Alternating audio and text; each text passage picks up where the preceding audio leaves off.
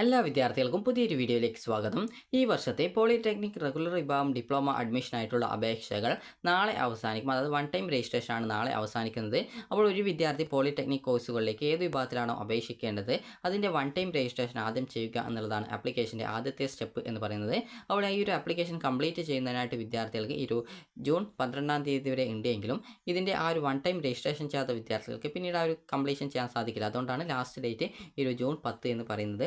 അപ്പോൾ വിദ്യാർത്ഥികൾ ഈ ഒരു ജൂൺ 10-ാം തീയതിക്കകം വിദ്യാർത്ഥികൾ ഈ ഒരു വൺ ടൈം രജിസ്ട്രേഷൻ ചെയ്ത് നിങ്ങളുടെ ആപ്ലിക്കേഷൻ്റെ ഫസ്റ്റ് സ്റ്റെപ്പ് കംപ്ലീറ്റ് ചെയ്യുകയും അതുപോലെ ഫീ പേയ്മെൻറ്റും കാര്യങ്ങളൊക്കെ ആ ഒരു സ്റ്റെപ്പിലാണ് വരുന്നത്. അപ്പോൾ അതിൽ ക്ലിക്ക് ചെയ്ത് നിങ്ങൾക്ക് ആ ഒരു ഫീ പേയ്മെൻറ്റും കാര്യങ്ങളൊക്കെ ചെയ്തുകൊണ്ട് നിങ്ങൾക്ക് നിങ്ങളുടെ ആപ്ലിക്കേഷൻ സ്റ്റാർട്ട് ചെയ്യാവുന്നതാണ്. 200 രൂപ മാത്രമാണ് വിദ്യാർത്ഥികൾക്ക് അപേക്ഷ സമർപ്പിക്കാനായിട്ട് ഫീസ് വേണ്ടത്. SC/ST വിഭാഗം ആണെങ്കിൽ 100 രൂപയാണ് ഫീസ് വരിക. അപ്പോൾ വിദ്യാർത്ഥികൾക്ക് വൺ ടൈം രജിസ്ട്രേഷൻ ലിങ്ക് മുഖേന നിങ്ങൾക്ക് നിങ്ങളുടെ ഡീറ്റെയിൽസ് ഒക്കെ കൊടുത്തുകൊണ്ട് നിങ്ങളുടെ ആപ്ലിക്കേഷൻ്റെ സ്റ്റെപ്പ് ആരംഭിക്കാവുന്നതും അതുപോലെ തന്നെ നിങ്ങൾക്ക് വേണ്ട ആ ഒരു കോഴ്സുകളൊക്കെ നിങ്ങൾക്ക് ആ ഒരു ആപ്ലിക്കേഷൻ കംപ്ലീറ്റ് ചെയ്യുന്ന സമയത്ത് നിങ്ങൾക്ക് നൽകാവുന്നതും ആണ്. അപേക്ഷ സമർപ്പിക്കുന്ന സമയത്ത് നിങ്ങൾക്ക് അപേക്ഷയിൽ എന്തൊക്കെ ഡോക്യുമെൻറ്റുകളാണ് വേണ്ടത്, അതായത് നേറ്റിവിറ്റി, കമ്മ്യൂണിറ്റി, കാസ്റ്റ്, അതുപോലെ തന്നെ നോൺ ക്രിമിലിയർ, ഇതുപോലെ നിങ്ങൾക്ക് എന്തൊക്കെ ഡോക്യുമെൻറ്റുകളാണോ വേണ്ടത് ആ ഒരു ഡോക്യുമെൻറ്റുകളൊക്കെ നിങ്ങൾ കൃത്യമായിട്ട് അപ്ലോഡ് ചെയ്ത് കൊടുക്കാനായിട്ട് ശ്രദ്ധിക്കേണ്ടതാണ്. കാരണം ഫീസ് ആനുകൂല്യങ്ങളോ മറ്റോ ഉണ്ടെങ്കിൽ അതൊക്കെ കിട്ടണമെന്നുണ്ടെങ്കിൽ നിങ്ങൾ അതുമായി ബന്ധപ്പെട്ടുള്ള ഡോക്യുമെൻറ്റുകൾ അപ്ലോഡ് ചെയ്ത് കൊടുക്കേണ്ടത് നിർബന്ധമാണ്.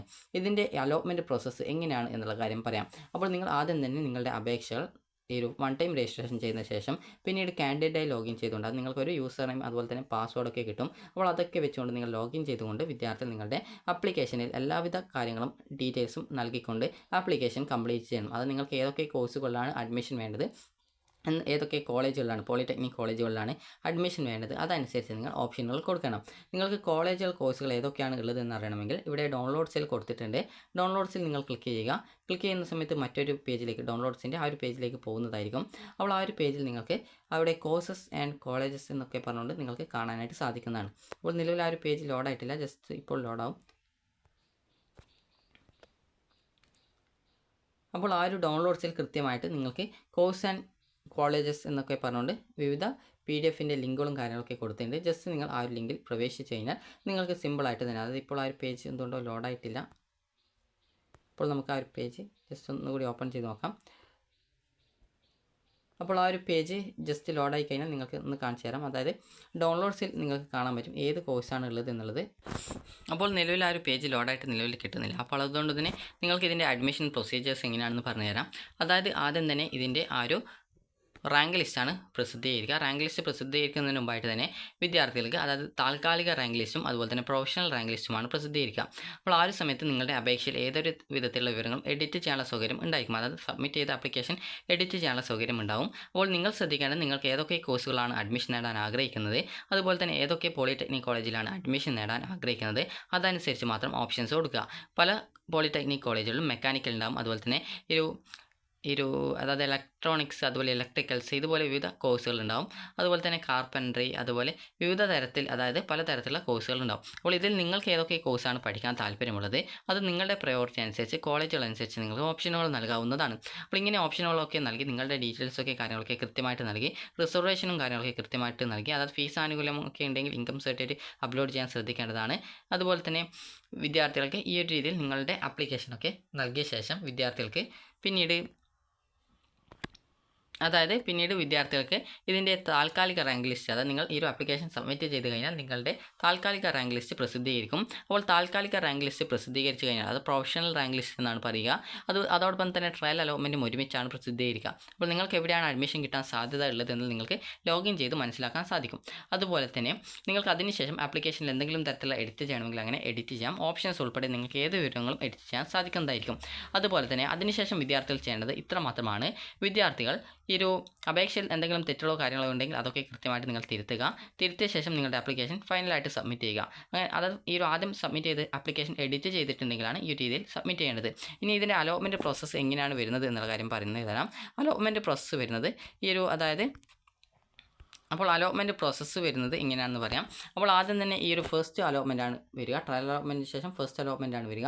അപ്പോൾ ഈ ഒരു ഫസ്റ്റ് അലോട്ട്മെൻറ്റ് വരുന്ന സമയത്ത് വിദ്യാർത്ഥികൾക്ക് ഏതെങ്കിലും ഒരു പോളിടെക്നിക് കോളേജിൽ കിട്ടിയിട്ടുണ്ടോ ഇല്ലയോ എന്ന് പരിശോധിക്കുക. അലോട്ട്മെൻറ്റ് കിട്ടാത്ത വിദ്യാർത്ഥികൾ അടുത്ത സെക്കൻഡ് അലോട്ട്മെൻറ്റിനായിട്ട് വെയിറ്റ് ചെയ്യുക. അലോട്ട്മെൻറ്റ് കിട്ടിയിട്ടുള്ള വിദ്യാർത്ഥികൾ അലോട്ട്മെൻറ്റ് ലഭിച്ച കോളേജിൽ പോയിട്ട് അഡ്മിഷൻ നേടുക.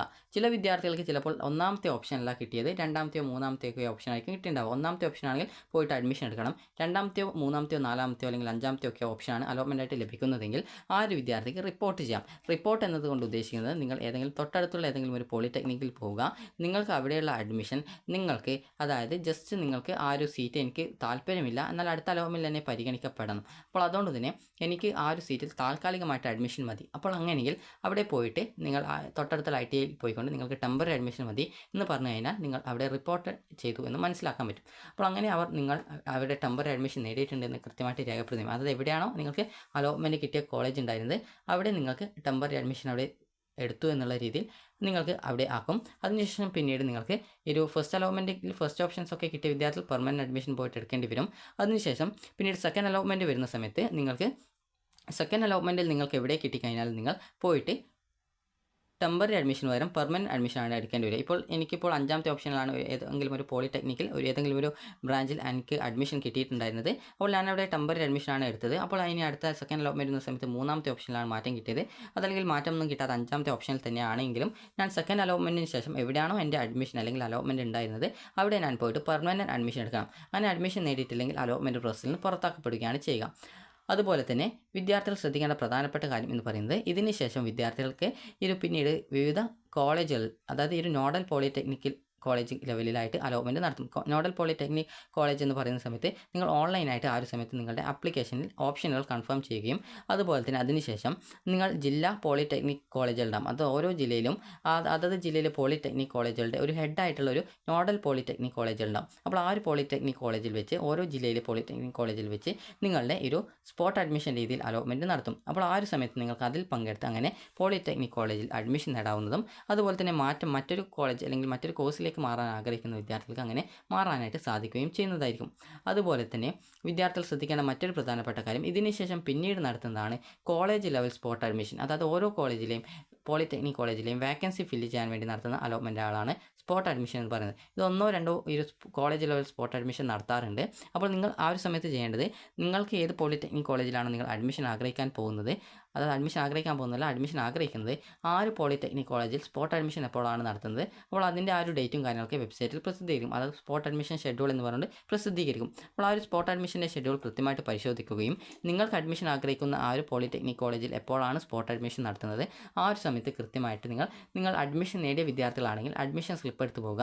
അഡ്മിഷൻ കിട്ടാത്ത വിദ്യാർത്ഥി, ഇതൊരു അഡ്മിഷൻ പോളിടെക്നിക്കിൽ കിട്ടാത്ത വിദ്യാർത്ഥികളാണെങ്കിൽ നിങ്ങളുടെ എല്ലാവിധ ഡോക്യുമെൻറ്റ്സും അഡ്മിഷൻ ലഭിച്ചാൽ ഫീസ് അടക്കാനുള്ള ആ ഒരു പൈസയും എടുത്തുകൊണ്ട് നിങ്ങൾ പോയിട്ട് അഡ്മിഷനായിട്ട് പോവുകയാണ് ചെയ്യേണ്ടത്. അപ്പോൾ ഇങ്ങനെ ഈ ഒരു സ്പോട്ട് അലോട്ട്മെൻറ്റിൽ നിങ്ങൾ പങ്കെടുത്ത് അഡ്മിഷൻ കിട്ടുകയാണെങ്കിൽ നിങ്ങൾക്ക് അന്നേ ദിവസം തന്നെ ആ ഒരു അഡ്മിഷൻ ഫീസ് അടക്കാവുന്നതും പിന്നീട് തൊട്ടടുത്ത ദിവസം തന്നെ നിങ്ങൾക്ക് ഏത് പോളിടെക്നിക് കോളേജിലാണോ കിട്ടിയത് ആ ഒരു പോളിടെക്നിക് കോളേജിൽ പോയിട്ട് നിങ്ങളുടെ അഡ്മിഷൻ സ്ഥിരപ്പെടുത്താവുന്നതുമാണ്. അപ്പോൾ ഈ ഒരു രീതിയിലാണ് പിന്നീട് ഇതിൻ്റെ സ്പോട്ട് അഡ്മിഷൻ നടത്തുക.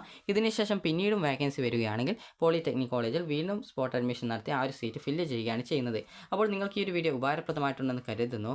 അപ്പോൾ നിങ്ങൾക്ക് ഫസ്റ്റ് അലോട്ട്മെൻറ്റ് കിട്ടുകയാണെങ്കിൽ നിങ്ങൾക്ക് ടെമ്പററി അഡ്മിഷൻ എടുക്കാനും പെർമനൻറ്റ് അഡ്മിഷൻ എടുക്കാനുള്ള സൗകര്യമുണ്ട്. എന്നാൽ സെക്കൻഡ് അലോട്ട്മെൻറ്റിന് ശേഷം വിദ്യാർത്ഥികൾ നിർബന്ധമായിട്ടും കിട്ടിയുള്ള ആ ഒരു സീറ്റിൽ പെർമനൻറ്റ് അഡ്മിഷൻ എടുക്കാൻ നിർബന്ധമായിട്ട് വരും. അതിനുശേഷം പിന്നീട് കോളേജ് ലെവൽ, അതായത് കോളേജ് ലെവലിൽ നോഡൽ പോളിടെക്നിക് കോളേജ് ലെവലിൽ സ്പോട്ട് അഡ്മിഷൻ നടത്തും. പിന്നീട് കോളേജ് ലെവലുകളിൽ ഈ ഒരു സീറ്റ് ഫില്ല് ചെയ്യപ്പെടുന്നതുവരെ വിവിധ ഘട്ടങ്ങളിലായിട്ട് സ്പോട്ട് അഡ്മിഷൻ നടത്തുകയാണ് ചെയ്യുക. അപ്പോൾ ഈ ഒരു രീതിയിലാണ് പോളിടെക്നിക് കോളേജിൻ്റെ അഡ്മിഷനും കാര്യങ്ങളൊക്കെ വരുന്നത്.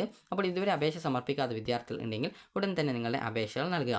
അപ്പോൾ വിദ്യാർത്ഥികൾക്ക് ഈ ഒരു വീഡിയോ ഉപകാരപ്രദമായിട്ടുണ്ടെങ്കിൽ ലൈക്ക് ചെയ്യുക, ഷെയർ ചെയ്യുക. Thank you for watching.